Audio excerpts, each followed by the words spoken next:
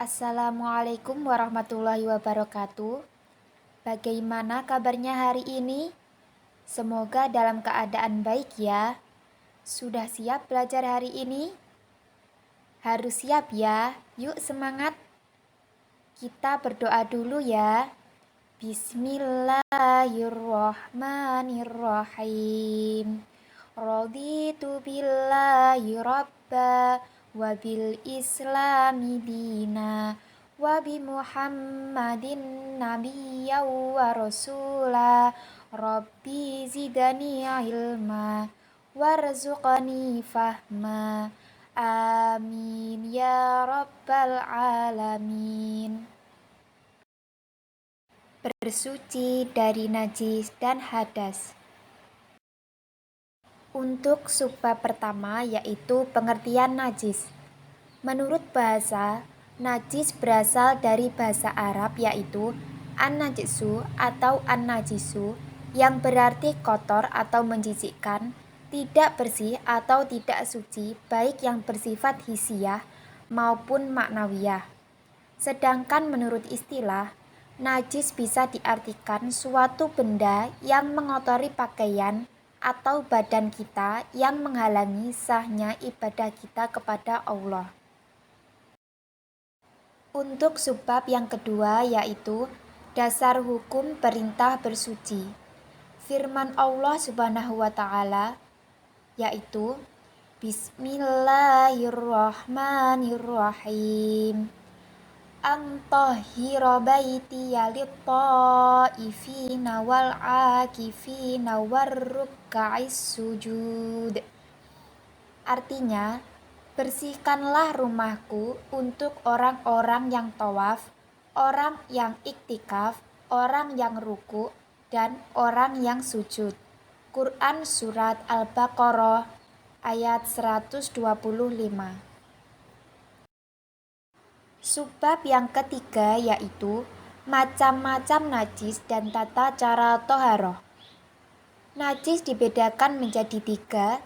Yang pertama ada najis mukhafafah atau ringan. Yang kedua ada najis mutawasitoh atau najis sedang. Yang ketiga ada najis mughaladhah atau najis berat.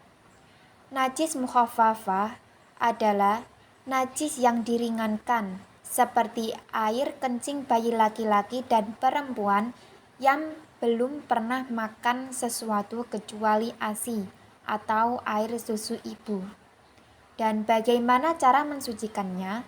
Yaitu cukup dengan memercikkan air ke bagian yang terkena najis sampai bersih. Yang kedua ada najis mutawasitoh atau najis sedang, yaitu najis yang berada di tengah-tengah antara mukhafafah dan mughaladhah, dan najis yang keluar dari kubul dan dubur manusia kecuali air mani. Bagaimana cara mensucikannya? Yaitu dengan dibilas dengan air sehingga hilang semua sifat, bau, warna, dan rupanya. Untuk yang ketiga yaitu najis mughaladhah atau najis berat. Najis mughaladhah adalah najis yang diperberat seperti anjing dan babi. Termasuk najis ini adalah air liur kedua binatang tersebut, sperma keduanya, dan anak-anak dari hasil persilangan dengan hewan lainnya. Bagaimana cara mensucikan najis mughaladhah? Yaitu lebih dulu dihilangkan wujud benda najis itu. Kemudian dicuci dengan air bersih sebanyak 7 kali dan salah satunya dicampur dengan debu. Subbab yang keempat yaitu ada tata cara bersuci dari najis dengan air. Bagaimana caranya bersuci dari najis dengan air? Yang pertama yaitu ada najis mukhafafah atau najis ringan.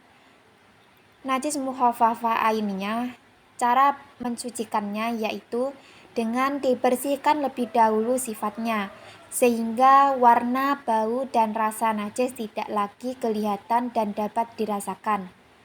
Kemudian air yang suci dan mensucikan dipercikkan ke tempat atau benda yang terkena najis.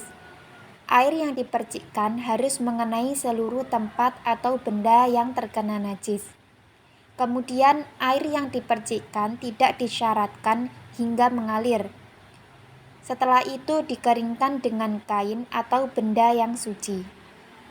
Untuk najis mukhafafah hukmiyah, cara mensucikannya yaitu: yang pertama, tempat atau benda yang terkena najis dilingkari terlebih dahulu untuk memastikan pemercikan air secara tepat. Yang kedua, air yang suci dan mensucikan dipercikkan ke tempat atau benda yang terkena najis dan telah dilingkari. Air yang dipercikkan harus mengenai seluruh tempat atau benda yang terlingkari. Kemudian air yang dipercikkan tidak disyaratkan hingga mengalir. Setelah itu bisa dikeringkan dengan kain atau benda lain yang suci. Untuk cara mensucikan najis mutawasitoh atau najis tengah-tengah, najis mutawasitoh ainiyah, caranya yaitu: yang pertama, dibersihkan lebih dahulu sifatnya sehingga warna, bau, dan rasa najis tidak lagi kelihatan dan dapat dirasakan. Yang kedua, air yang suci dan mensucikan dialirkan ke tempat atau benda yang terkena najis. Air yang dialirkan harus mengenai seluruh tempat atau benda yang terkena najis. Yang ketiga yaitu air yang disiramkan disyaratkan hingga mengalir. Yang keempat, baru bisa dikeringkan dengan kain atau benda lain yang suci. Untuk cara membersihkan najis mutawasitoh hukmiyah, yang pertama yaitu tempat atau benda yang terkena najis dilingkari terlebih dahulu untuk memastikan pemercikan air secara tepat. Yang kedua, air yang suci dan mensucikan disiramkan hingga mengalir ke tempat atau benda yang terkena najis dan telah dilingkari. Yang ketiga, bisa dikeringkan dengan kain atau benda lain yang suci.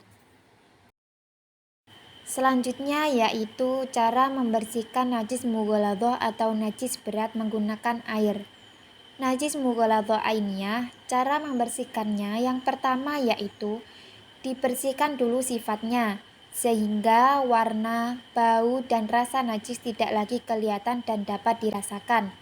Yang kedua, menyiramkan air hingga mengalir ke tempat atau benda yang terkena najis sebanyak 7 kali dan salah satu di antaranya dicampur dengan debu yang suci. Ayo pilih salah satu di antara ketiga cara. Yang pertama, air dicampur dengan debu yang suci dalam satu tempat, kemudian disiramkan ke tempat atau benda yang terkena najis. Cara yang kedua, menaruh debu di tempat atau benda yang terkena najis, lalu menyiramkan air dan menggosokkannya, dan diakhiri dengan menyiram dan mengelap air dengan benda yang bersih. Cara yang ketiga yaitu menyiramkan air ke tempat atau benda yang terkena najis, lalu menaburkan debu dan selanjutnya mencampur keduanya serta menggosok-gosokkannya dan diakhiri dengan mengelap air dengan benda yang bersih. Kemudian cara mensucikan najis mughaladhah hukmiyah.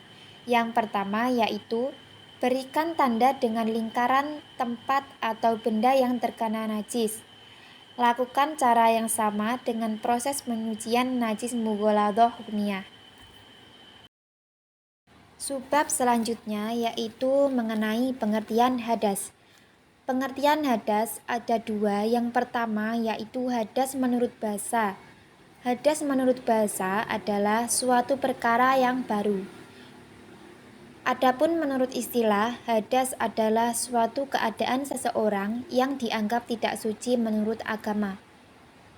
Hadas dikategorikan menjadi dua bagian, yaitu hadas kecil atau hadas shaghir dan hadas besar, yaitu hadas kabir.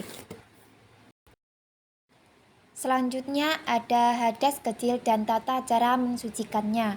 Jadi, hadas kecil adalah Hadas yang cara mensucikannya dengan berwudu atau tayamum.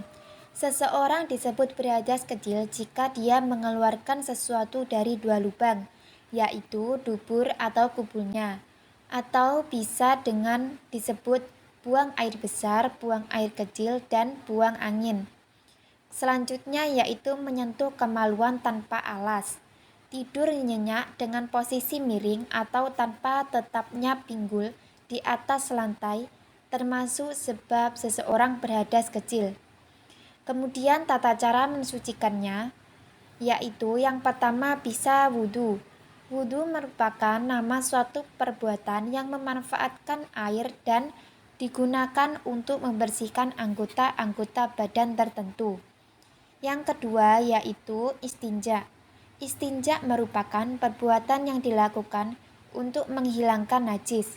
Menurut istilah, istinja adalah perbuatan untuk menghilangkan najis dengan menggunakan benda seperti air, batu, atau benda-benda padat lainnya yang sejenis. Hadas besar dan tata cara mensucikannya.